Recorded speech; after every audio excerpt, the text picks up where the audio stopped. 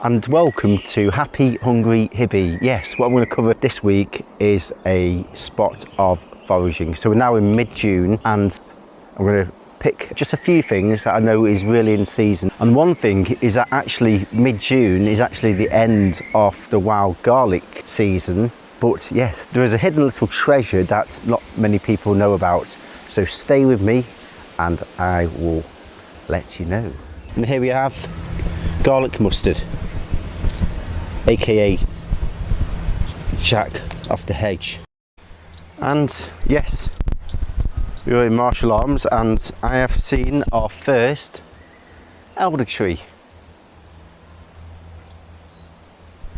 but not easy to get those flowers because they're quite high up.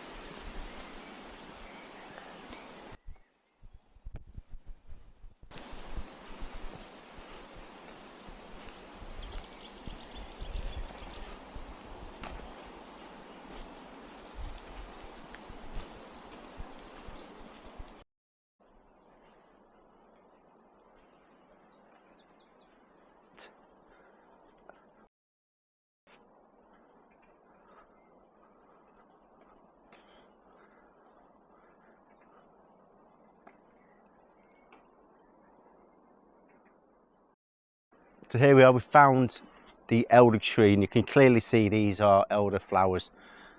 Now, a really good sign that gives you the indication that it's an elder tree, because that's what it is, elder flowers in spring, summer and elderberries in autumn, September time.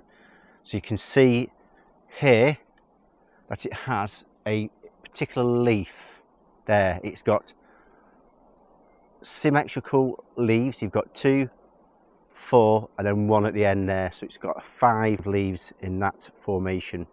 And then what is also really clear is it's just the typical way the flowers are with the petals. It's got like 6 little yellow dots coming off the petals. Really good thing to forage spring, summertime. Yes, I'm just going to snip some of these. I'm going to leave some on because obviously these will form into elderberries in autumn.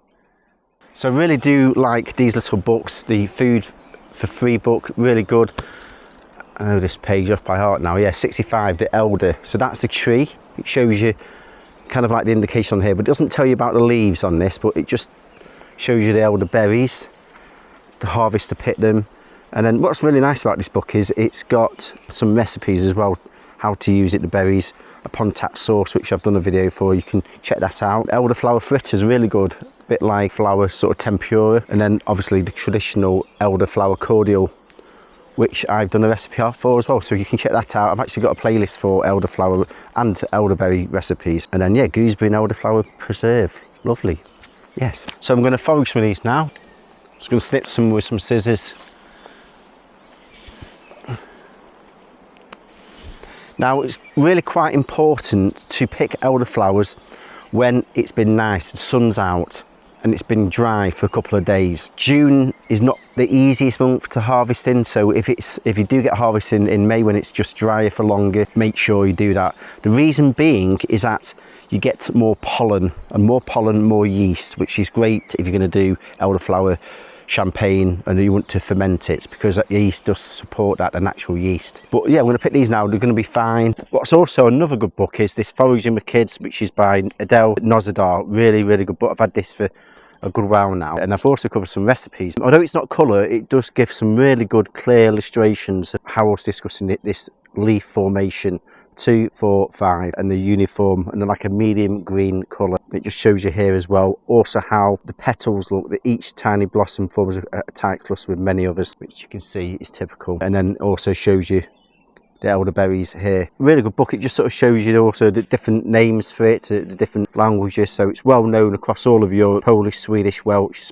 Spain, German, French. It then goes into some of the myths, but then I've covered this recipe. It's absolutely fantastic. The best elderflower syrup in the world, and that's what I'm going to go and make. So yeah, do check out my recipe for that. I've done a recipe, and then yes, the spiced elderberry syrup is amazing too. Done that as well, but we have to wait until autumn for that. So yes, that's elderflowers, and I've picked a really good harvest here. You can see this is what I've got, and that's enough.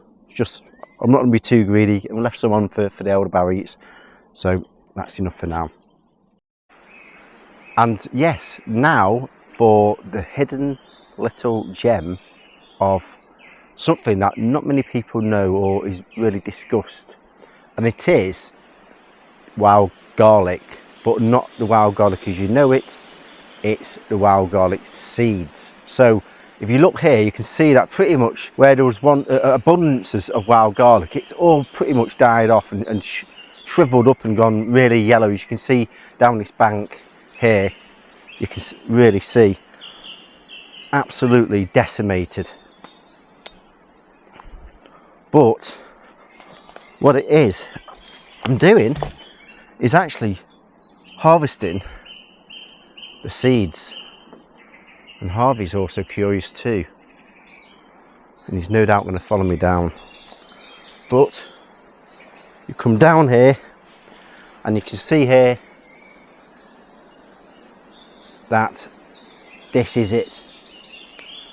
So these are the wild garlic seeds, which you can do some really good recipes with, which I'm going to show you.